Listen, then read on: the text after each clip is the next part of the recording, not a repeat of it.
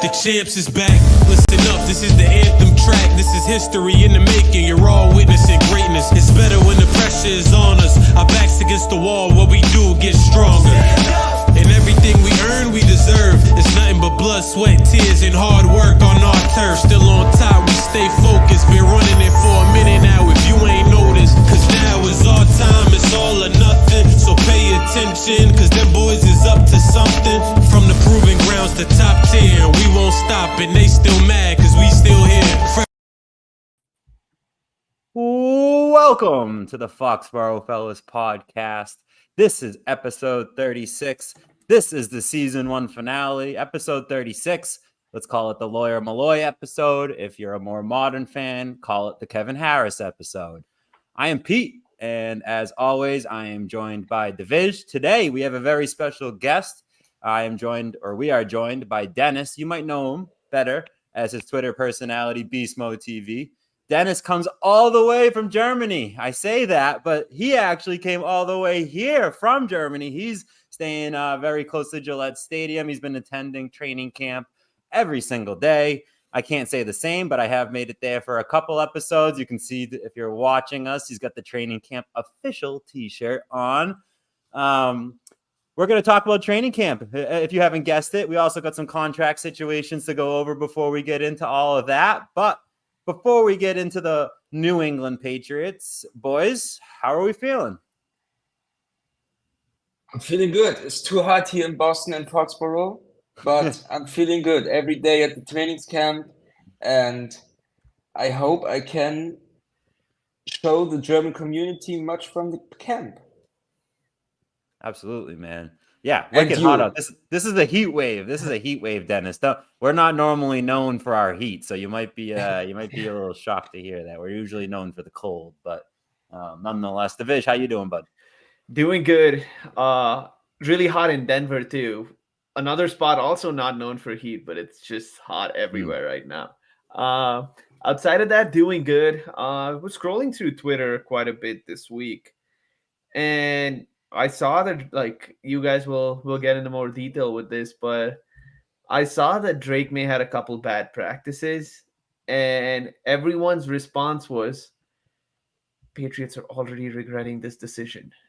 My expectations were so high, and now I'm just going to say this for everyone who thought, I think Lazar put it the best. If you thought Drake Maye was going to be a finished product 2 weeks into camp, you're the problem. You're literally the problem. So manage your expectations better. Maybe watch more college football. Maybe watch Drake's tapes and see that how much he had to grow to become an NFL quarterback. So yeah, 2 weeks into camp, he had a bad practice in his first padded practice. A 21-year-old kid had a bad practice in its first NFL padded practice. Okay, yeah. Maybe manage your expectations better. So our fan base really, really needs to chill out. I think Bedard has just been opening his big mouth everywhere. Everyone needs to chill out. It's we're 3 padded practices in. Everyone relax. Well said. And Dennis, I feel like you're ready to go, but we're going to save our Drake Maye take. We're going to save our Brissett takes. We're going to start off with some contract talk, but before we get into contract talk, I have 3 pieces of housekeeping I would like to run through really quickly. I promise it will be really quickly. First thing, t-shirt giveaway. Fox Fellas account on Twitter retweeted it recently. So if you want to get in on the t-shirt giveaway, you can be just like me and wear a Fox Fellas t-shirt around training camp. But for real, go on our Twitter account. Feel free to enter. It tells you how to enter there. Second piece of housekeeping is we're doing a fantasy football league. So if you want to show your NFL knowledge, come join the league. Divij and I are in it. Brian's joining it. Marlon, the former co-host, is in it. We got a couple other Twitter personalities in the fantasy football league. If you want to join and test your knowledge, come square off. Let's do it. DM us for the link and I'll send it to you. Last piece of housekeeping. Also, if you would like to prove your NFL knowledge just in a different way, we're doing a weekly pick'em pool. So $20 to get in at the beginning of the year, make your picks. It's not against the spread. It's just straight up. So it's open to all. And you know, any walks of life can join it. I sent it over to my girlfriend, and she's gonna join. So we got all different types of people in there. Weekly payouts, yearly payout, got a good chance to double, triple your money if you know what's going on with the NFL. So we got a couple opportunities there for you. T-shirt giveaway, fantasy football, pick 'em. I think I did that fast. I think I lived up to my word. Divij, did I miss anything before we get into the contracts? One thing I wanted to sell the people, so because there's no limit on how many people can be in the pick'em.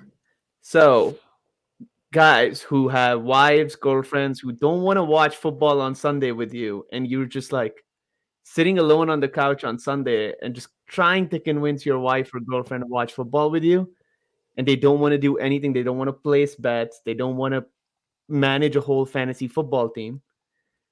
It's just pick 'em. You go through 16 games, you just pick who's going to win. It takes 2 minutes, and then you're set for 7 hours of commercial free football. So convince your wife. My wife is doing it. A bunch of her friends are doing it. It's a good thing to do is like if you have a couples group, anything like that. So yeah, join. There's no limit.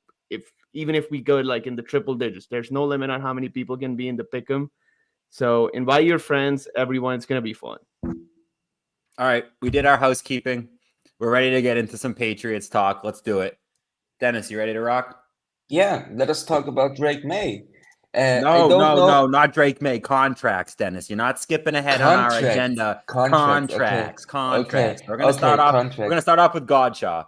Okay. Godshaw got his money. Judon did not get his money. So those are the two people that we're really focused on here. And then we can get to your Drake Maye, just like everyone wants to hear about. We got to tease him a little bit, Dennis, though. We can't give him the good stuff right off the bat. So Godshaw, $21 million deal, includes 16 and a half guaranteed.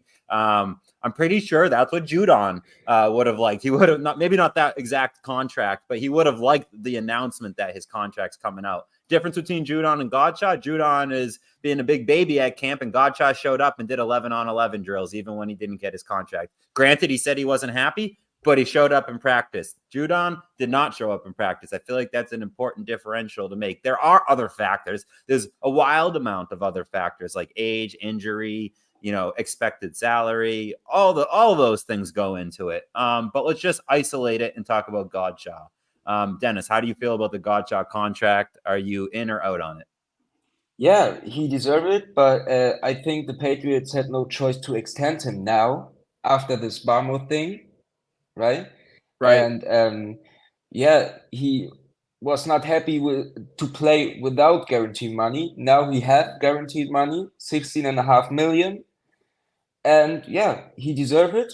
I'm with him, and for me, it's good. Yeah, good timing with the Barmore injury. Divij, what are your feelings on the Godshaw signing?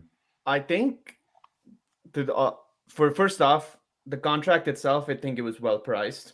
I think 16.5 million guaranteed, so like 8-ish million guaranteed a year is where I would rank Godshaw. I think Godshaw is like a top 10, 12-ish, or not top 20-ish run stopping defensive tackle in the league.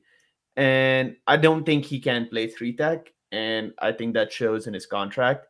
That's exactly why he's getting paid 8 million a year, or 8 million guaranteed a year, even though defensive tackle contracts throughout this offseason have been hitting an insane amount of inflation.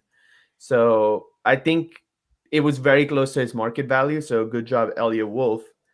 The one thing with the Godshaw contract, Godshaw was so loud that he thinks he's so much farther ahead from what his contract was in the past, and like he felt like he's not getting the respect that he deserves from the Patriots, and then he signs for just like more than just about like $500,000 more than his previous contract. So just something, maybe Patriots PR team, like, or players PR team, it's not a good look, especially for Godshaw himself, that when he talked all off season that he's getting disrespected by the organization, and that disrespect was $500,000 guaranteed a year. I don't think that's disrespect. I just think that's how negotiations work.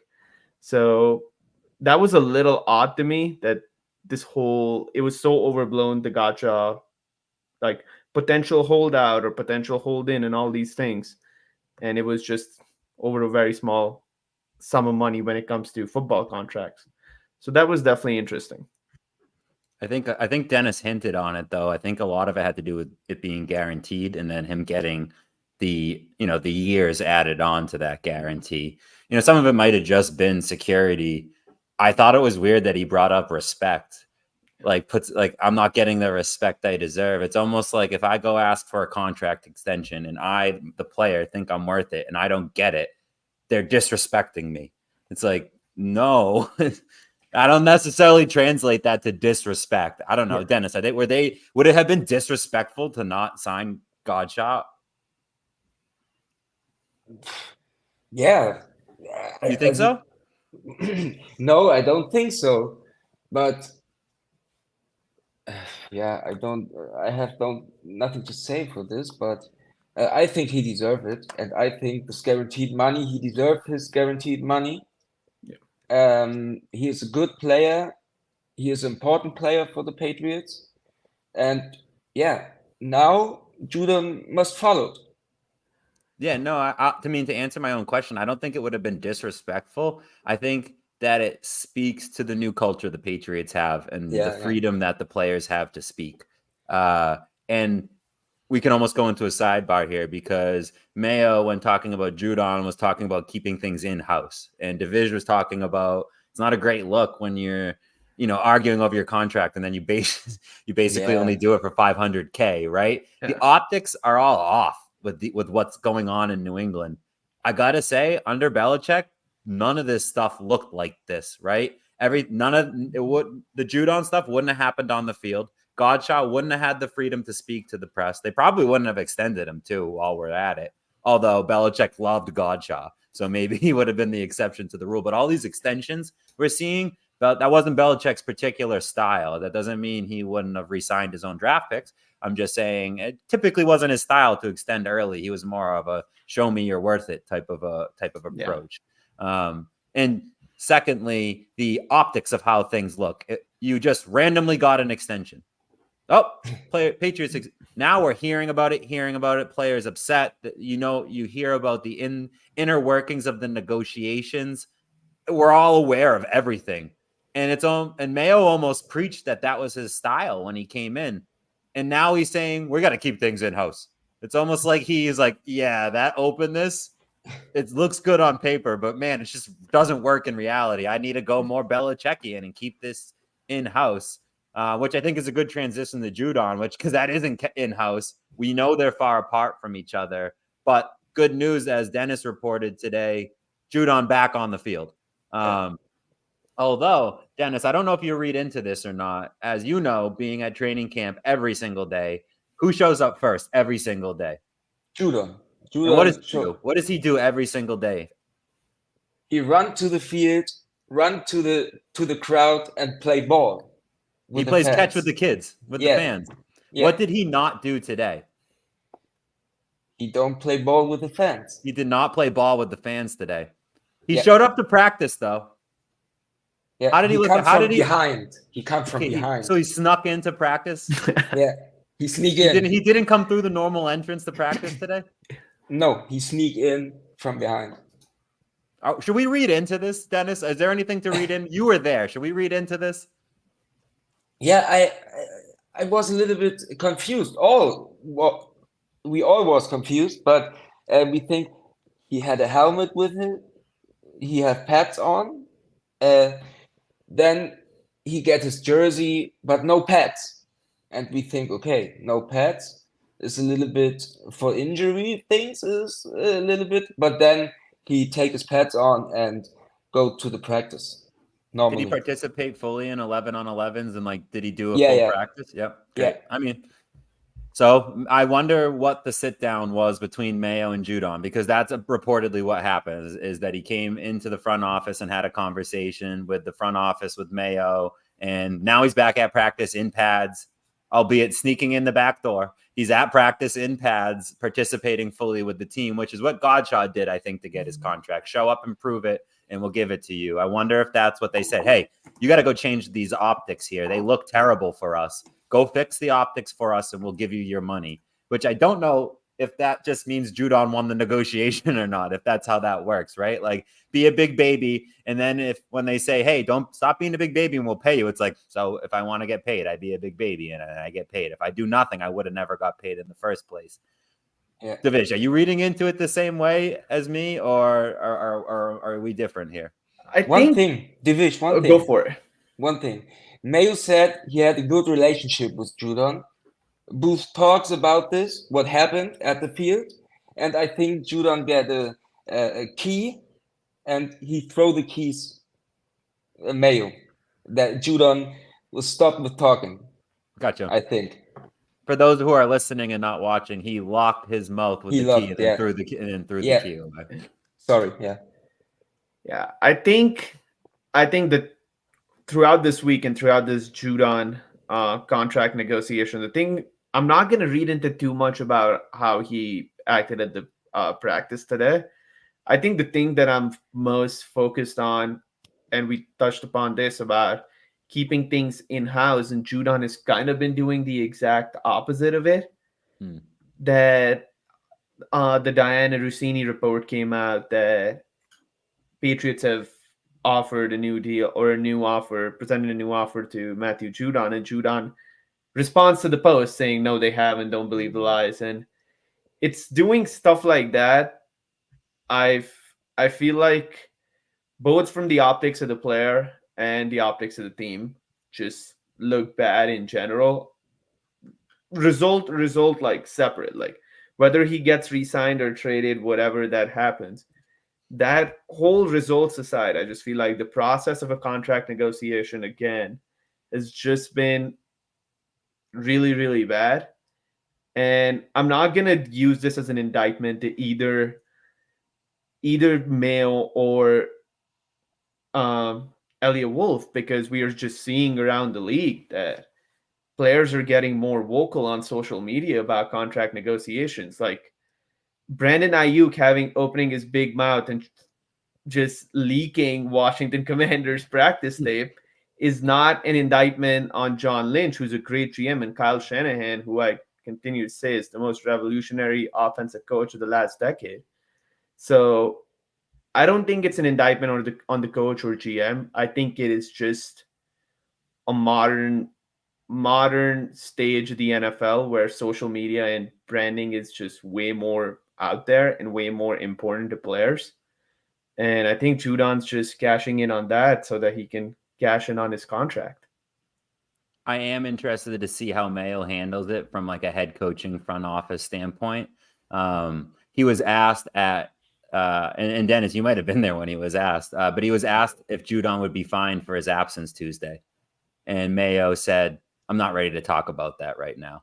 Yeah. He also was talking about how he had a great meeting and he always wants players to come talk with him or Elliot Wolf in-house and to keep things in-house. Those should happen inside those walls, which I think is a direct comment to Judon's Twitter activity saying, no, they didn't offer me a contract. I feel like he, as a former player, can be like, dude, I know what it's like to deal with Bill Belichick in a contract negotiation. So like, I know what it's like to, for someone to play hardball with you. Please, can we just do this better? Can we not like go to war on Twitter with each other? Like, have a little respect for the team and not do that. You make us look bad. Like, we'll negotiate with you, but this isn't a tactic of negotiation that we appreciate as your employer, frankly. Right? Like, I think we have to remember this is a business. These are employees and employers, and this is a relationship between a boss and his subordinate. So I think at the end of the day, there needs to be a little bit of like, hey, we can't just have you controlling us. We got to maintain the sense of that we're in control here. Even if they might feel out of control, they are in control. They're the front office. They decide who plays. They decide who has the contract. They can cut anyone they want. I know it costs them money, but they can do what they want. So I feel like they needed that. It's important to see that from Mayo and see how he handles it. I'm fine either way if he gets fined or doesn't. In reality, like, I don't think it's a big deal, but it will be interesting to see what he does and then what happens as a result. Like, does he fine him? Does he penalize him? Does he say, hey, you get one free pass? I get that you're a star and you're having apologize to the team and let's keep it moving type of deal. I feel like that would be fine to handle things in-house with an in-house apology and keep it moving. I don't know if you guys agree or not. You think he should be fined? I think it was not the tweet at first. I think it was the podcast where Judon was Yep, and that talk started about it. the cap space. Mhm. And he say, we have the most cap space in the league. Pay me now. And that was too much for Mayo, I think, or for Grow. And yeah, I think it was too much. And I feel like that cap space comment also just rubbed me a really wrong way, because it's like cap space does not always is the indicator of a team's willingness to spend. This is also just people that do just like, we had the most cap space beginning of the season, we had the most cap space at the end of the season. This means crafts are cheap. And I'm like, okay, dude, look at one other number besides the one page that you know how to find on Google. Mm. Patriots went from the 21st ranked team in cash spending to the 8th ranked team in cash spending. Most of the contracts they've handed out have been to players at age 28 or under. Look at their biggest contracts: Onwenu, Barmore, Duggar, Peppers. They're doing the free agency the right way. Again, jumping 13 spots in cash spending means they spent close to 70 to 80 million additional cash than what they would have the past year. Yeah. Yes, the cap space, they still have 23, 24 million in cap space. What if there's a different trade in the works? What if there's another contract restructuring in place? What if there's something else going on behind the scenes that they need that cap space for? Plus, with the cap turnover, maybe they're just looking ahead. And there's so many ways to look at like how a team is like operating or looking at a rebuild, then just constantly pointing at the cap space number just makes you look either selfish or stupid. And I guess in Judon's case, he just wants the money and he finds that number to justify why he should be paid that money. But there's also a lot of other reasons going in, which I have some reasons I'll get into about paying or versus not paying Judon. I feel like at one point I was scared Judon was starting to run himself out of town. Like with his Twitter. I wouldn't be mad at that.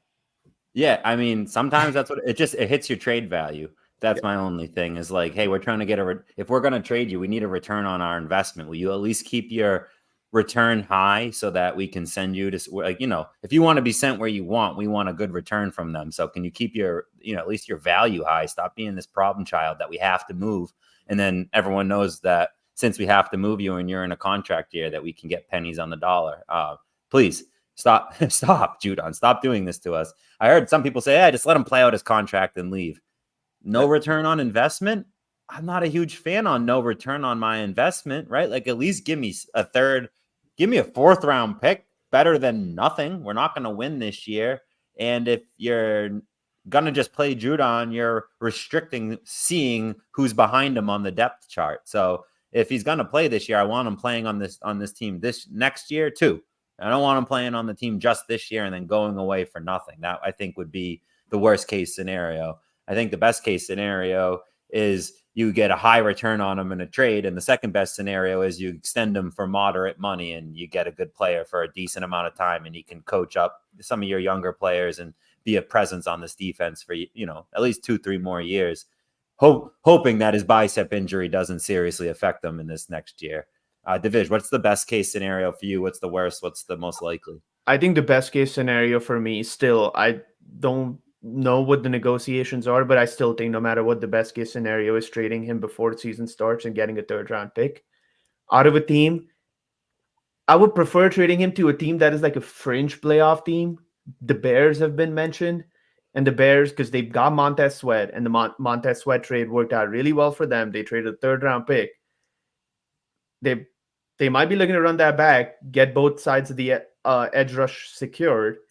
For the Patriots, this is something that why I'm leaning against paying him right now. Judon, from every sign is pointing to that he wants close to 13 million a year guaranteed, with like total contract value close to like 17 to 20 million, in the 17 to 20 million range.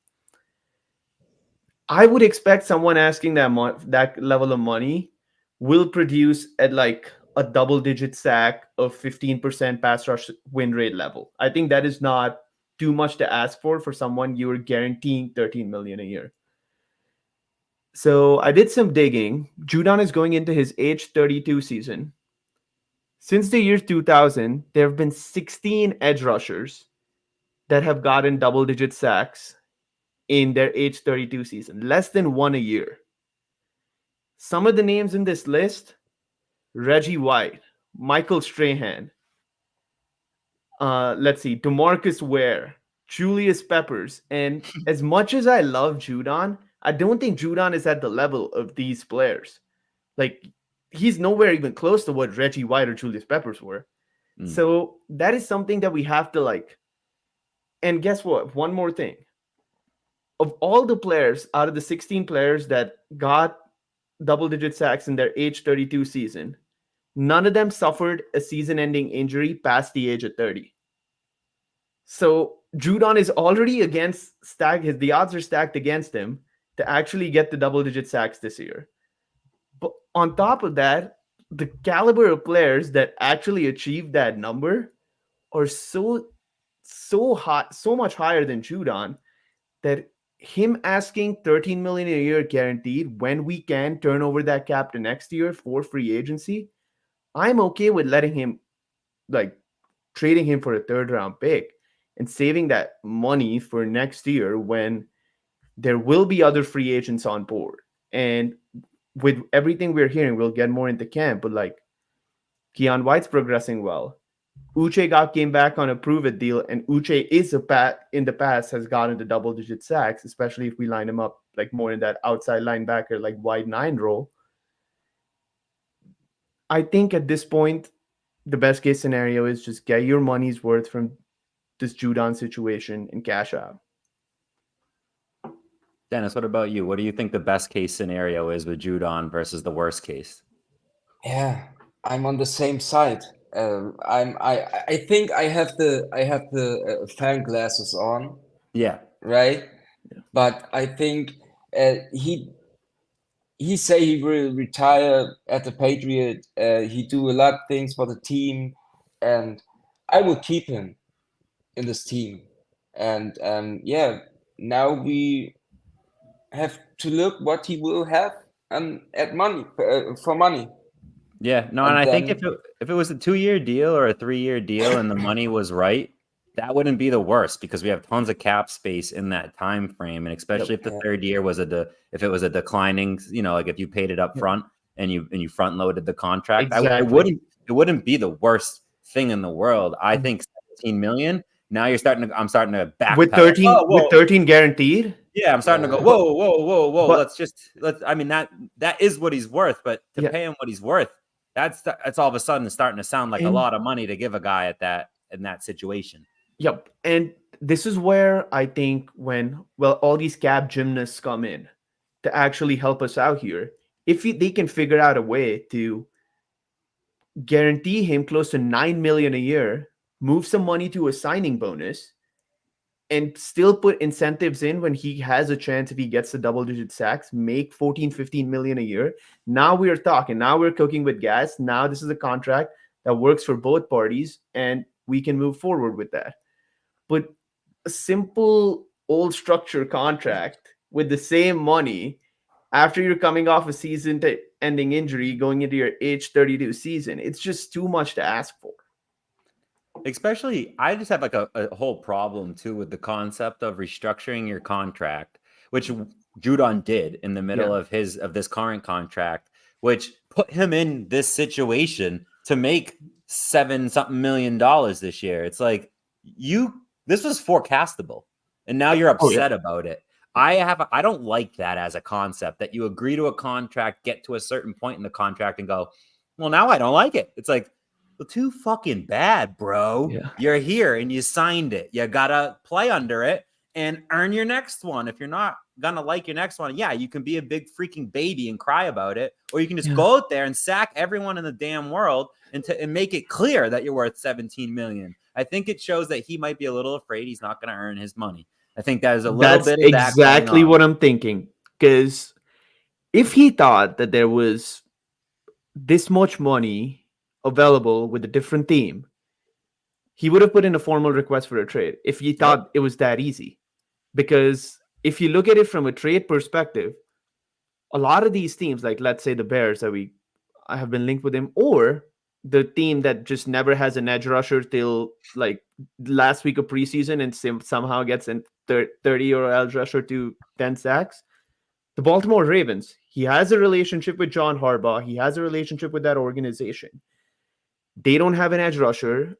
Justin Matabike is like an interior rusher. Last year, they got Jadeveon Clowney, I think 2 weeks, 3 weeks into training camp, and like Jadeveon Clowney was a stud for them somehow. That's what the Ravens do. And if he knew he has relationships with that organization, if he knew that he could get that money elsewhere, and he knew that he has that relationship with the Baltimore Ravens or any other team, the trade request would have been in by now. So I think that's a great point, Pete, that he knows in hindsight that the money he's asking for, he has some leverage with the Patriots. But otherwise, I still think our lead, like outside rusher, would be Uche if going into like week 1, which is something the Patriots probably not, or maybe Anthony Jennings, we'll see. But He play much outside. yeah, Jennings. yeah. And Jennings was transitioning to like an outside linebacker last year, but I don't know if Patriots want that. He has that leverage. That's what he's cashing in on. I don't think he gets this contract elsewhere. Agreed. Let's transition into some training camp thoughts. I think we're at that time. Dennis, you get to have your Drake Maye and Brissett conversation now.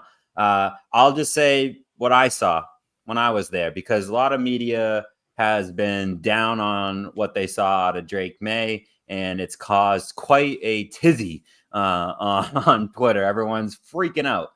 I'll start off by saying Brissett looks better than Drake Maye at training camp. It's just obvious.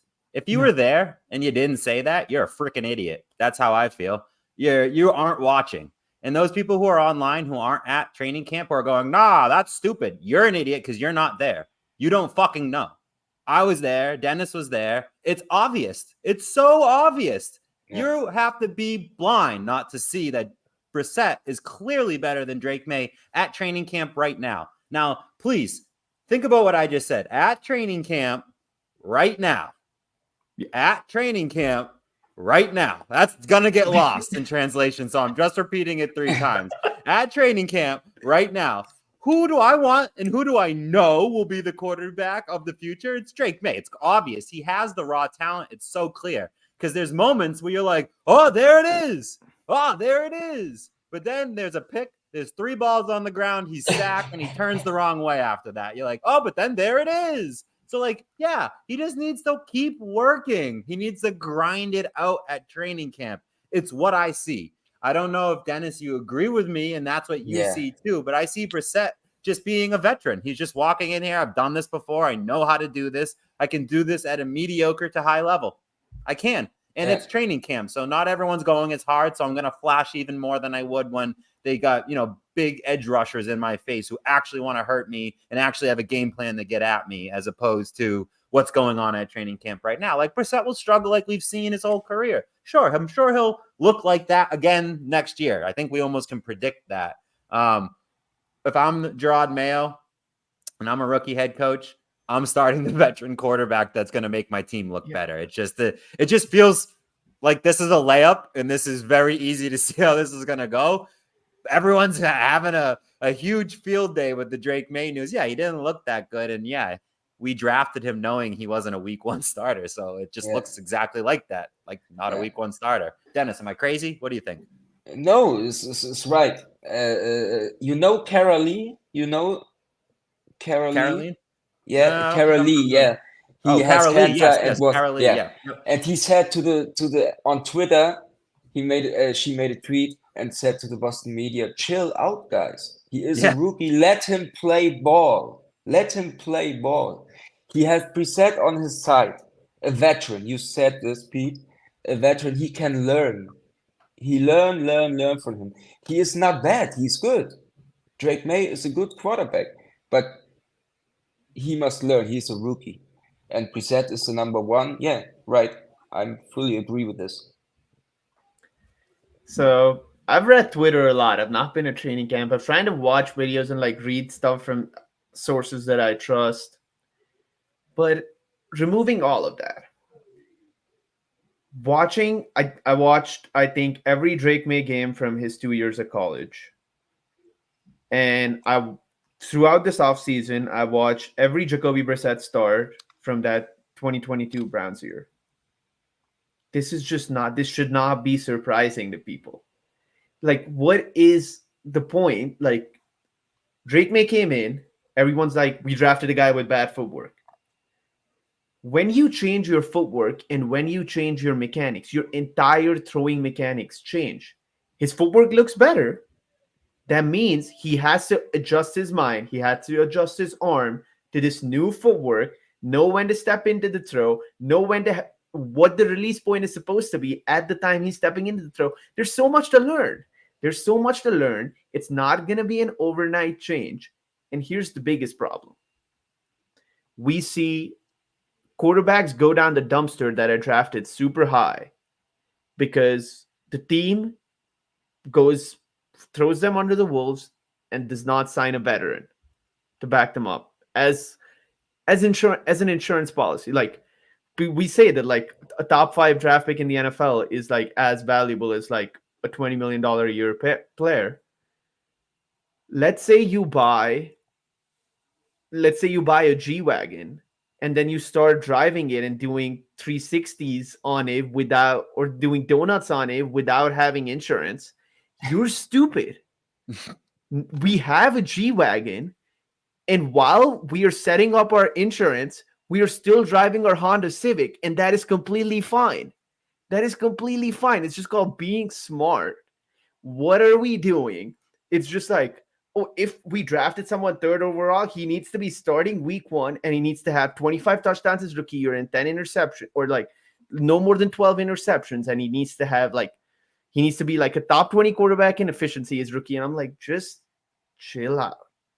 There's so much to learn. He's already getting better at some things, which were his bigger concerns, quote unquote, as a draft prospect. But now that those concerns are going away, he needs to like reset a lot of things.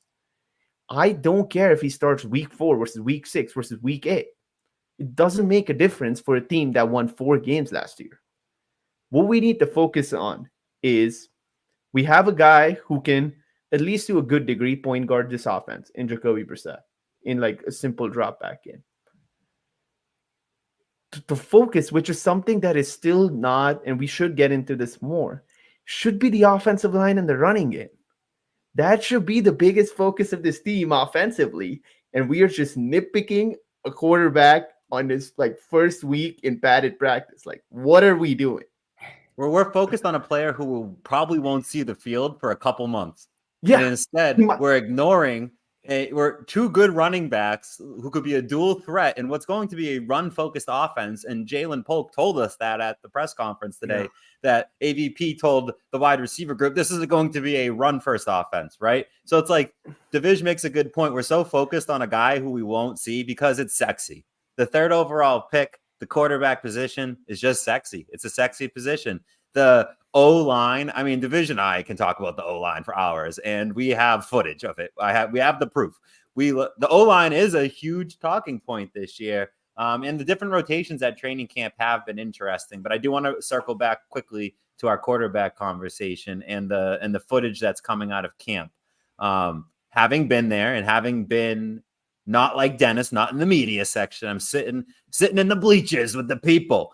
I tried to sneak a few videos, and you might have seen them on Twitter. And then they get their little security people. They walk up back. If you're sitting in the bleachers, they go behind you and they see you recording a video, and they go, "Hey, you with the video, knock it off," or they'll kick you out. And every 30 minutes, they have over the loudspeaker, "No video recording at training camp," and over and over and over again. So like, you have to sneak it. Who can take videos? People who the Patriots allow into the stadium, right? People that they approve. So people that are approved to come into the stadium need to keep a good relationship with the team and can't post thousands of interception pictures and videos online. Or look at this blown play. Look at this terrible throw. Look at this crap from Drake Maye. So everyone was going, look at this play. Drake Maye just put it into a tight window. What are you guys talking about? He looks bad at camp. Well, they didn't show you what he looked bad at, idiot. That's what I would want to say. It's so frustrating hearing people go, oh, you're just being negative because you said Drake Maye didn't do well. Drake Maye didn't do well. Shocker. That's why it's being said. And the videos that are coming out just if you could watch the whole practice yourself, you would have to agree. So I think everyone just needs to put everything into context. The amount of videos we see, probably, if you're watching it from a media person, it's going to be a positive video. You're watching a positive video. If you're watching it from a person who was just there and got it on their iPhone, you're getting a little bit more of an insight into what's actually going on there because you're seeing some bad plays. I tweeted out a video that I should not have taken. Sorry, Dennis. I know that you're part of the media collection over there. That I should of Drake Maye throwing a pick. It was a horrible decision. He tried to fit it into a tight window. It was a deflection, picked off, ran back, probably for a touchdown. Nobody else had that video out there. Nobody else even really mentioned the fact that he threw a pick. Everyone was talking about Joe Milton. Joe Milton threw a pick too. I tweeted that video out, right? People are throwing picks. I'm not here to be negative, but I am here to balance, I think. And it's almost like I feel an obligation to balance. Like, what's all these positive videos out? This isn't looking good, people. If you want an actual picture, the offense is not looking good. I saw a pitch play to Gibson that was like a loss for 6 yards. The defense is in the backfield. Granted, every once in a while they make a play. They should every once in a while make a play. I'm not saying it's all terrible, but I haven't seen anything that I've been like, wow, that's going to translate to this season and look good in the season.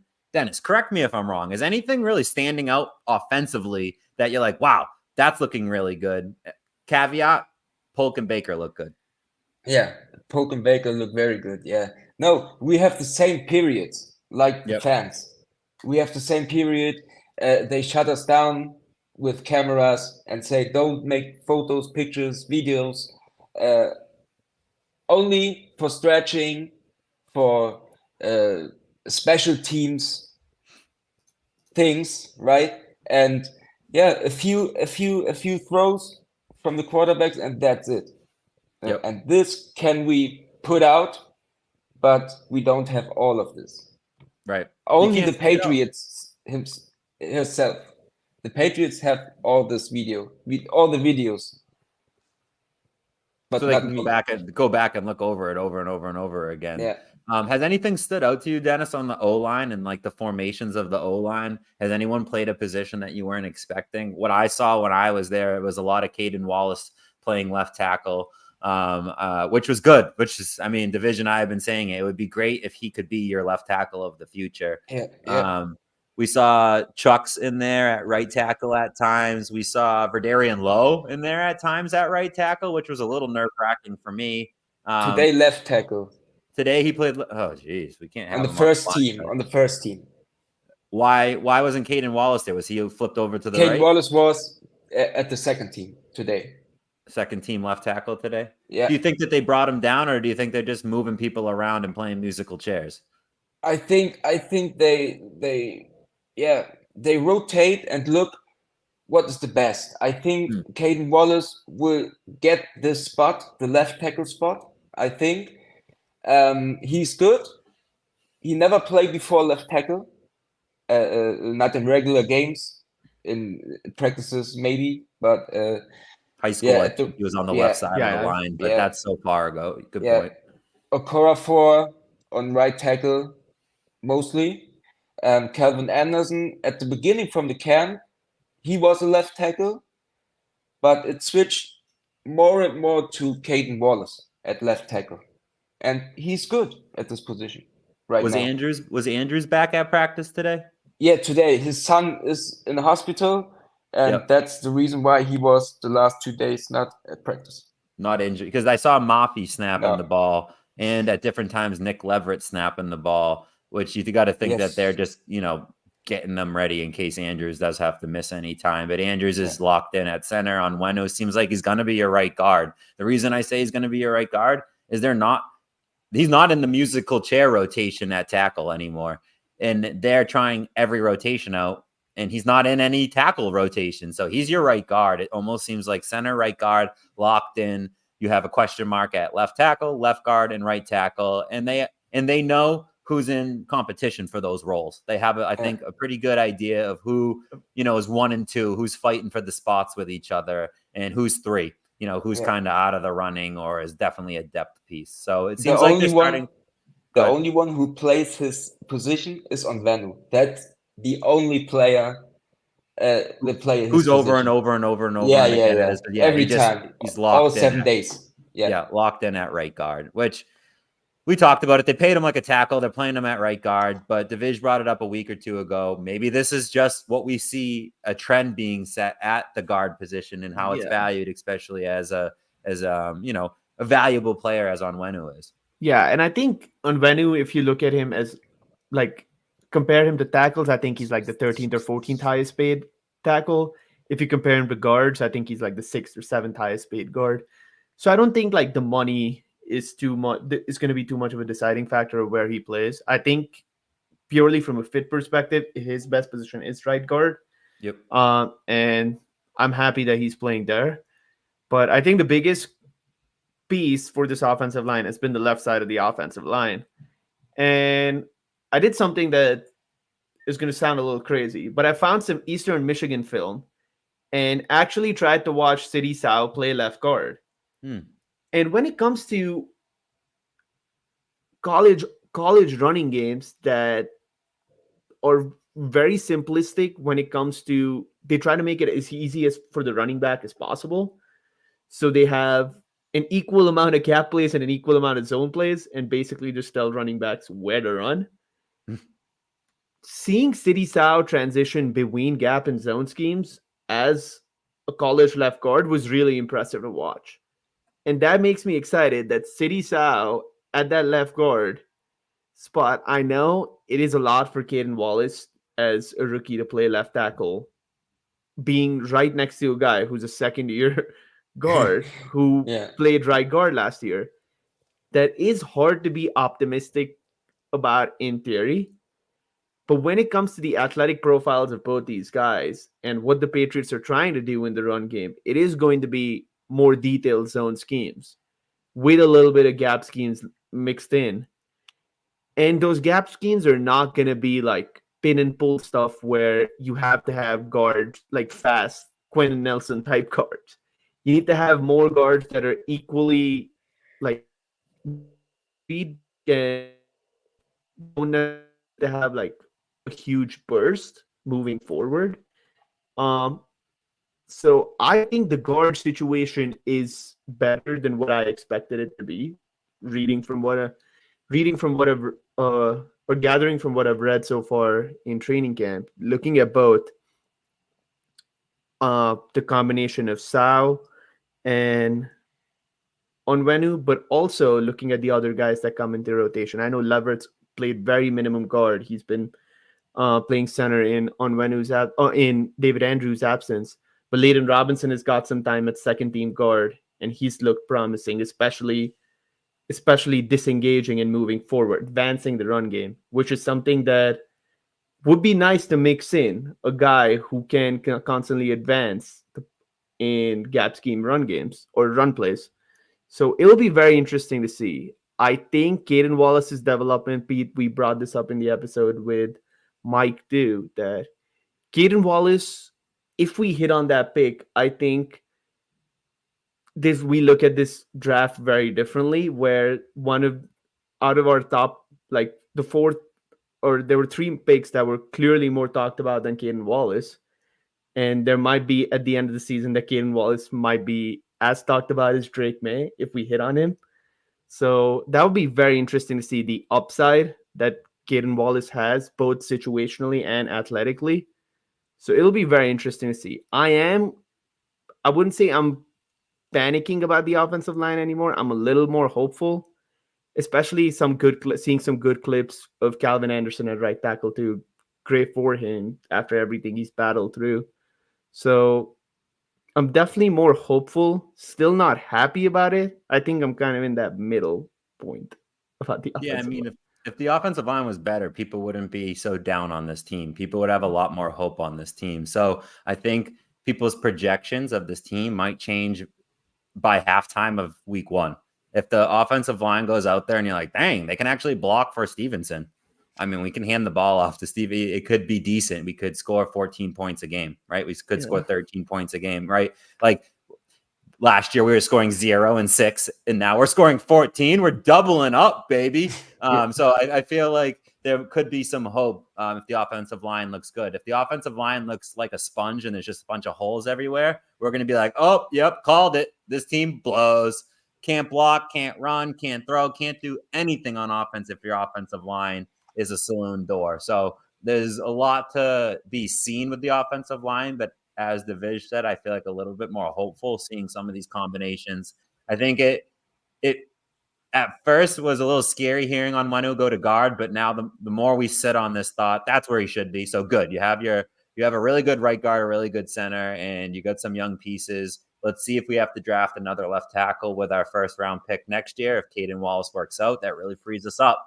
I think that Caden Wallace could be a huge linchpin to the rebuild, which is a little scary. A little scary if you if you ask me. I do have faith in Caden Wallace. We're on minute 50, so I do want to get into the defense, and I do want to get into a special teams thought. Let's use special teams as our bridge to defense. Kick and punt return is going to be different. Well, not punt return. Kick return is going to be different this year for the NFL. I noticed when I was at camp on Monday when they brought, there's two fields at Gillette Stadium. One field is closer to the fans, and one field is very far away from the fans, closer to where the media is, right? Yeah.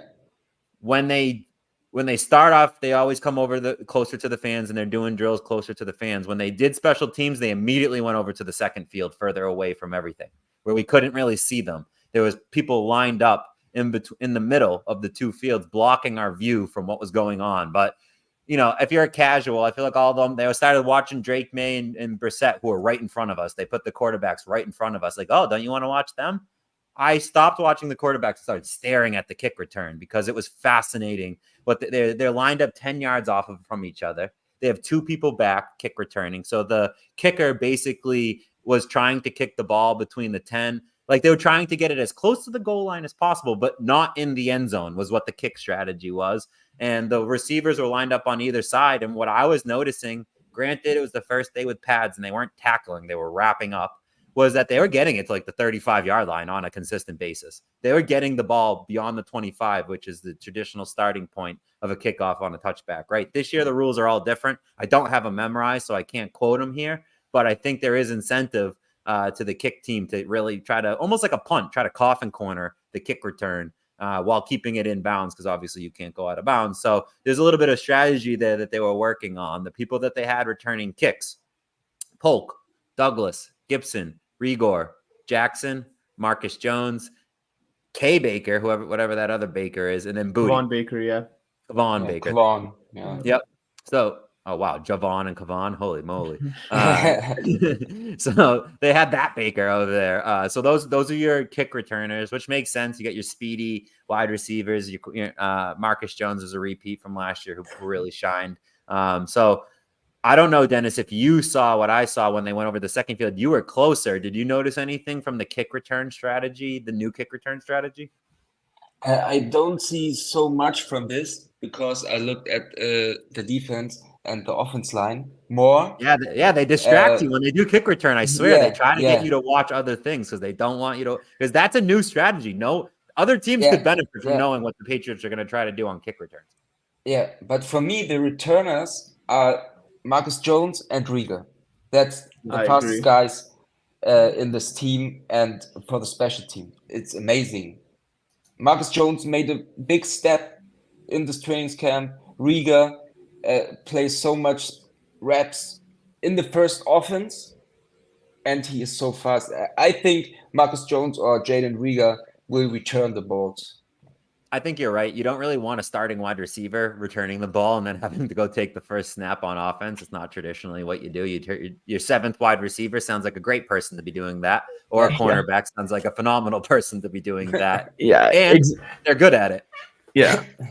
And the one guy I would like to see maybe get into this role a little more, I know he had a terrible hit last year, and I do want him to be a starting corner, but Isaiah Bolden. Isaiah Bolden is a speedster. He ran a 4.3, 4.40 coming out of the draft. He is shifty too.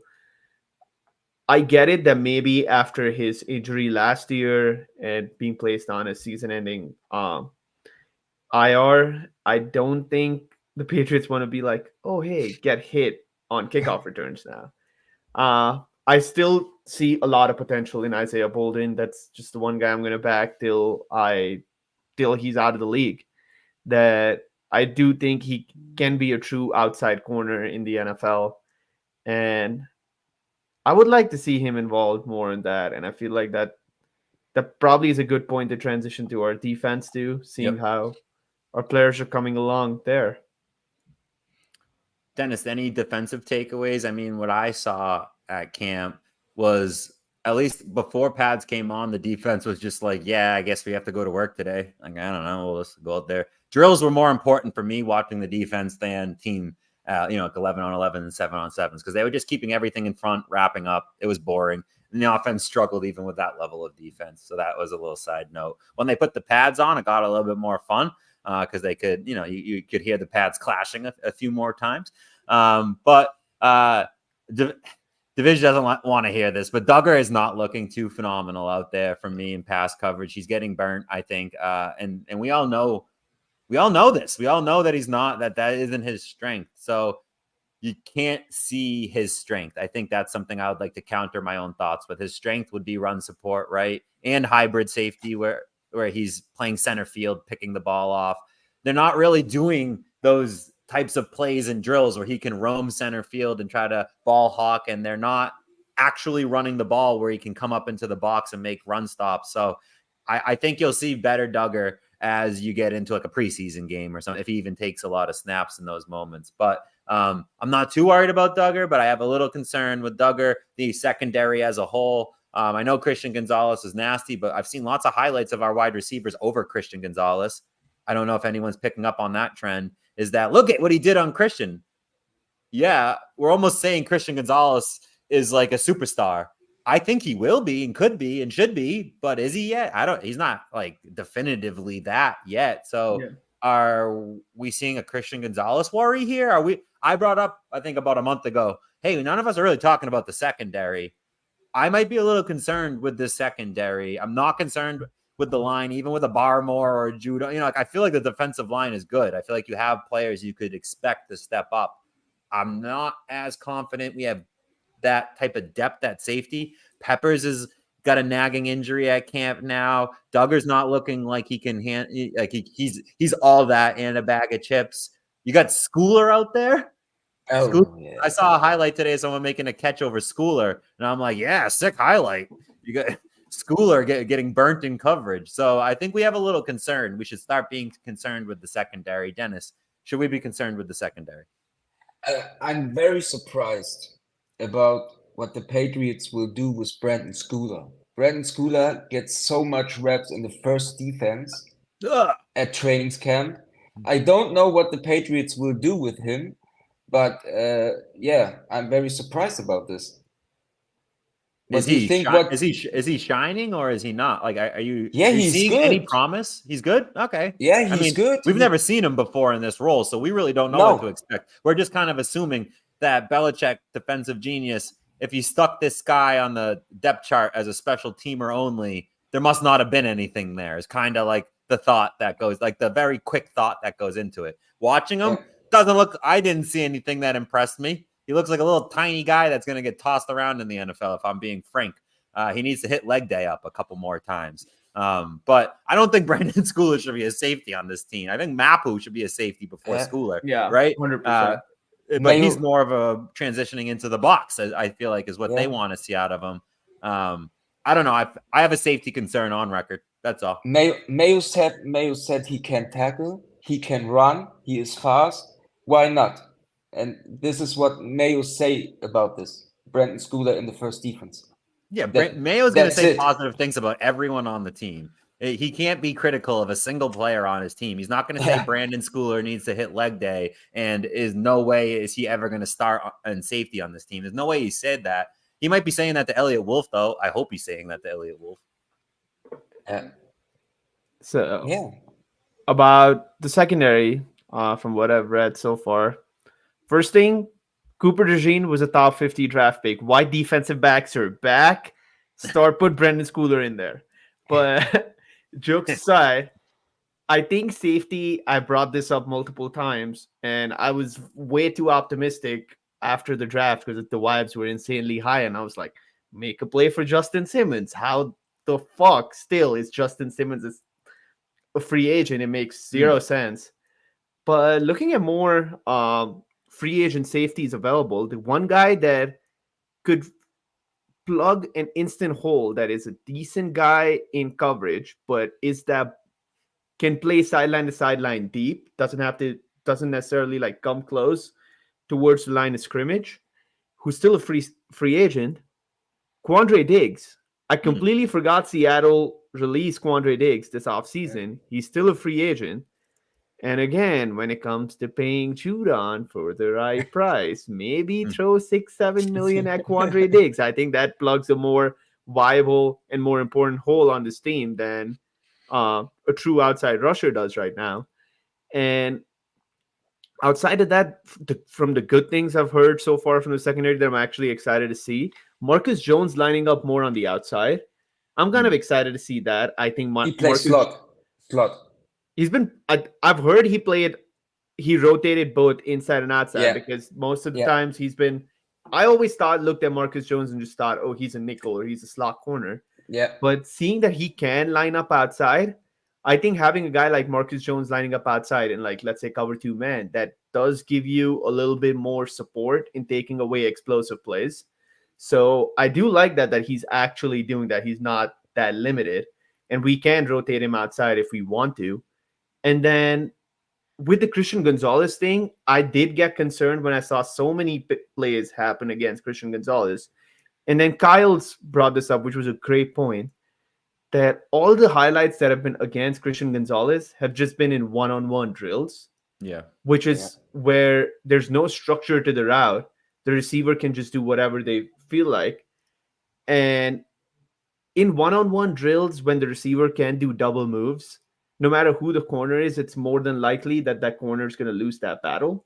So the odds are stacked against the corner. The good thing about Christian Gonzalez is every time he's lined up in man coverage in 11-on-11 drills, he's looked great. So I'm going to take that and not put any panic in the Christian Gonzalez stock. The other 2 guys that have stood out before I get into my main guy, the other 2 guys that I've heard good things about are Alex Austin and Isaiah Bolden. Like I brought up, Isaiah Bolden was barely practicing. Now he's consistently practicing with the second team.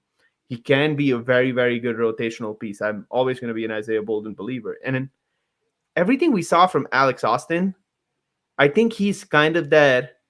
He's a better athlete than a lot of players that we had last year. And he still has that, the Bill Belichick coach defensive back that is just like high effort, trying to do everything. That is the kind of vibe that Alex Austin gives me from everything I saw from him last year and all the things I've seen so far in training camp.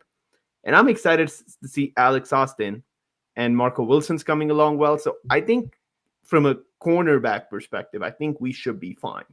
I don't think it's time to press the panic button there. In the secondary, I do think safety is a concern. But man, the guy who's been blowing out training camp on defense. Oh no. And the fellow yellow jacket, Keon White, everything that's come out of training camp so far, his set of pass rush moves have expanded. He's executing. He's lining up different spots on the defensive line. On top of that, I feel bad for Barmore and everything. Prayers up to him.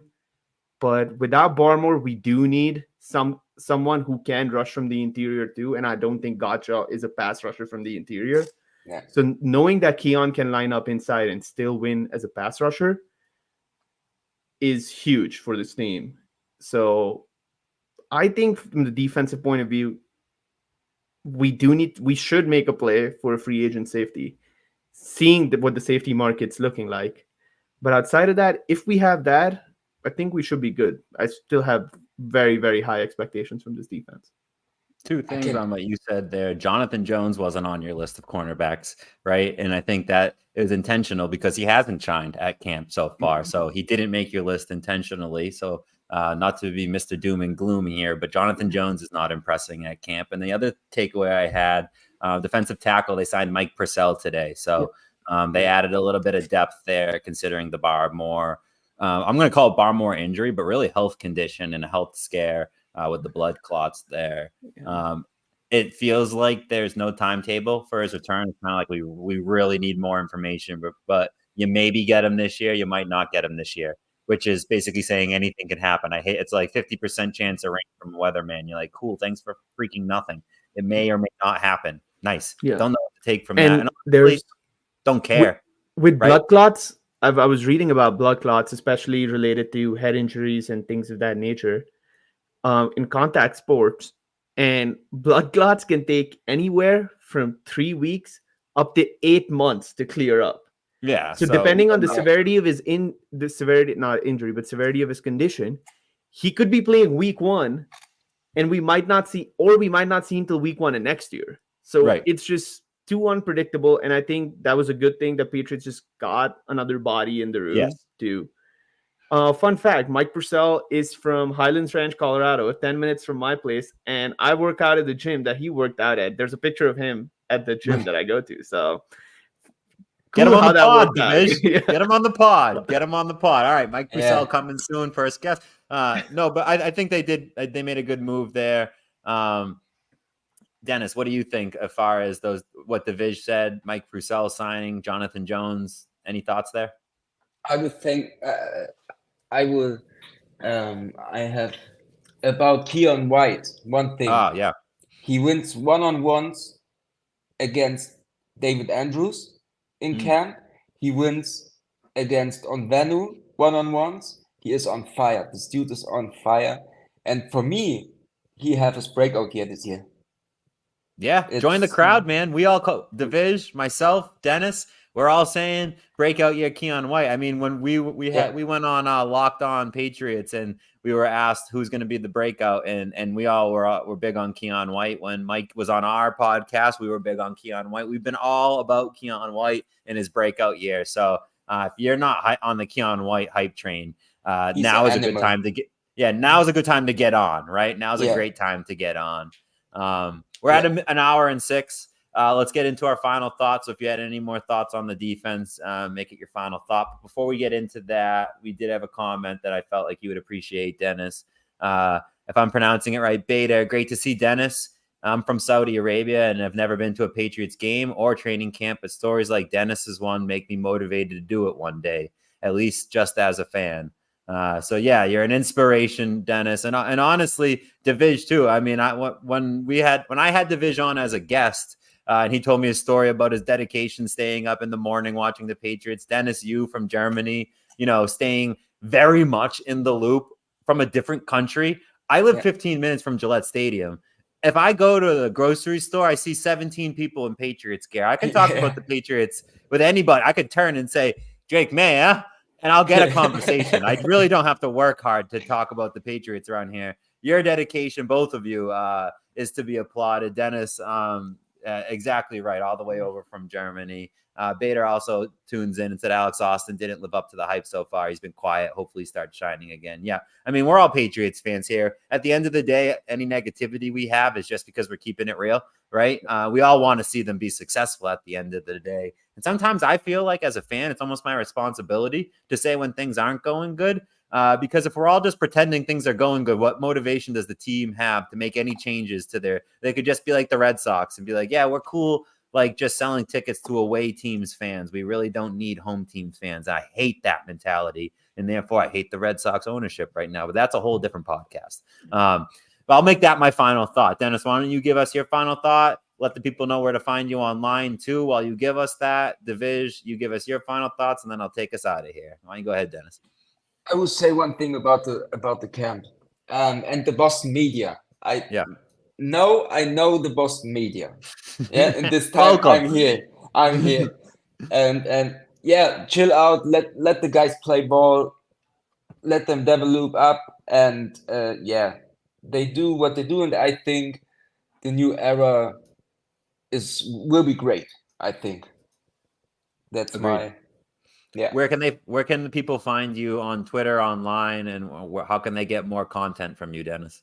Yeah, on Twitter at Beast Mode TV and Instagram the same handle, Beast Mode TV.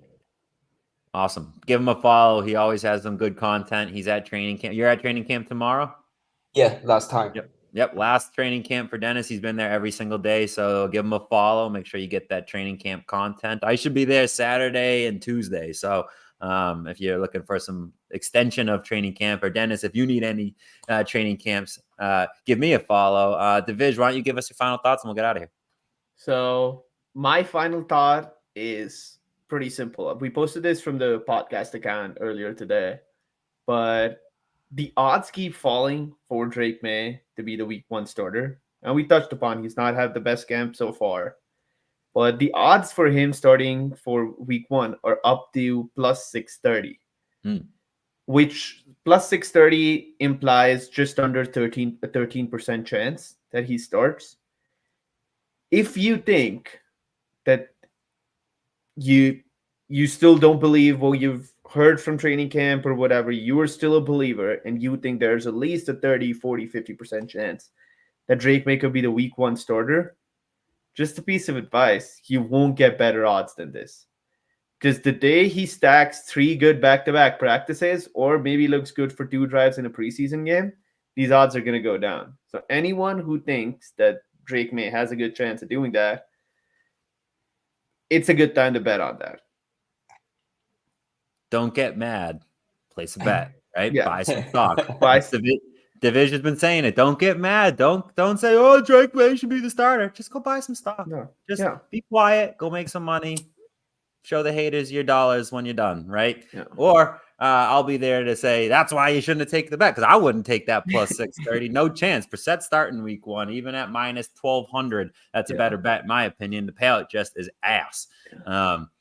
But we're at an hour and 11 minutes. Thank you for those who've hung in this whole time. Thank you for those who have been tuning in throughout season 1. This is the season 1 finale. Next week, we're coming to you on Monday and Friday. Monday, we'll be previewing the first preseason game.